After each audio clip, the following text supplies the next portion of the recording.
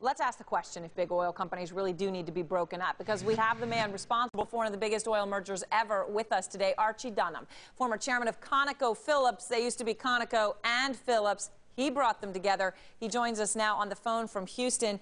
Archie, Chuck Schumer obviously is very concerned here. Let's just hit the topic right away, breaking up big oil. Why is that a wrong thing to even consider? Well, hi, Aaron. It's good to be with you again. With all due respect, I think the senator needs to be focusing on those things that Congress can do to increase supply, and there are numerous things that Congress can do. They could fast-track the permitting of new refineries. They could fast-track the permitting of LNG terminals. They could eliminate some of the BOTEC fuel specs driving up the price on the West Coast and Chicago.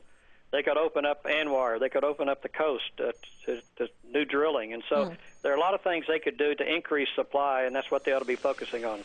Now, I don't know if you heard Hampton Pearson there. He was reporting, he's saying, okay, you've got people in Washington right now, senators saying, well, big oil, ConocoPhillips, ExxonMobil, Chevron, Texaco, control 80% of the refinery capacity. So they're pointing the finger and saying, hey, the refineries keep breaking down. That must mean that these companies aren't doing their job. What's the answer to that? Well, refineries need maintenance every year, and we always do that in the springtime coming out of the winter season. It's something that's happened every year, and it needs to occur. These are massive process systems, huge, dangerous process systems. They need daily maintenance. They need monthly maintenance, and it's something that's been done every year.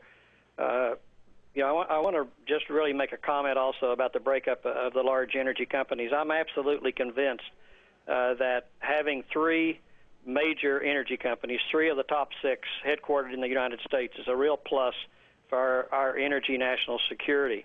I was working in the 70s and the 80s, and you probably remember also when we had the long gas lines. It's really important, I think, that we have U.S.-based companies, because when you have an option as to where you're going to send the gasoline or where you're going to send the crude oil, if you're headquartered in the United States, you're going to send it here. That's a very interesting point. I mean, especially when you consider, Archie, what I think a lot of people forget in Washington, which is that you could add up all the publicly traded oil companies in the world based in Europe or the U.S., and you still only have 10% of supply. The rest is controlled by governments in questionable parts of the world. That's absolutely correct, and that was one of the driving reasons, I think, for some of the mergers that took place over the last 10 years. Oil companies have to compete with very large state-owned national oil companies today.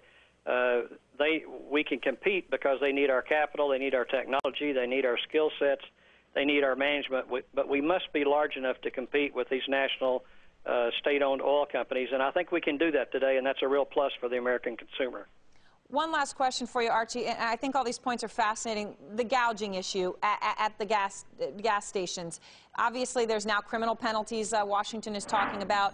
Can you just explain to people why, if they're worried about price gouging, you think they are utterly wrong to be pointing the finger at the brand name they see at the gas station, whether that be Chevron, Exxon, Conoco? Yes, I'll be glad to. First of all, most of the retail outlets are not owned by the major energy companies. Congress, in its wisdom, 50 years ago, made sure that we had very little control over the people who operate the retail outlets. In fact, we have a hard time even keeping the bathrooms clean. And so they're owned by jobbers, independent businessmen, and the retail outlets are owned by independent businessmen, and they have absolute control over their pricing. And so they're going to be competitive. I mean, it is a capitalistic system. They're going to look at the price of gasoline on the opposing corner and try to set their price to compete. But it's not the major energy companies that set the price at the pump. Archie, thank you very much. It's always wonderful to talk to you. I know you've had a very busy day. We appreciate your fitting this in. You bet, Aaron. Take care. All right, talk to you soon. And I want to let everyone know, come ahead and email us at CNBC.com. Our question of the day is linked directly to this. What's the best way to profit from high energy prices?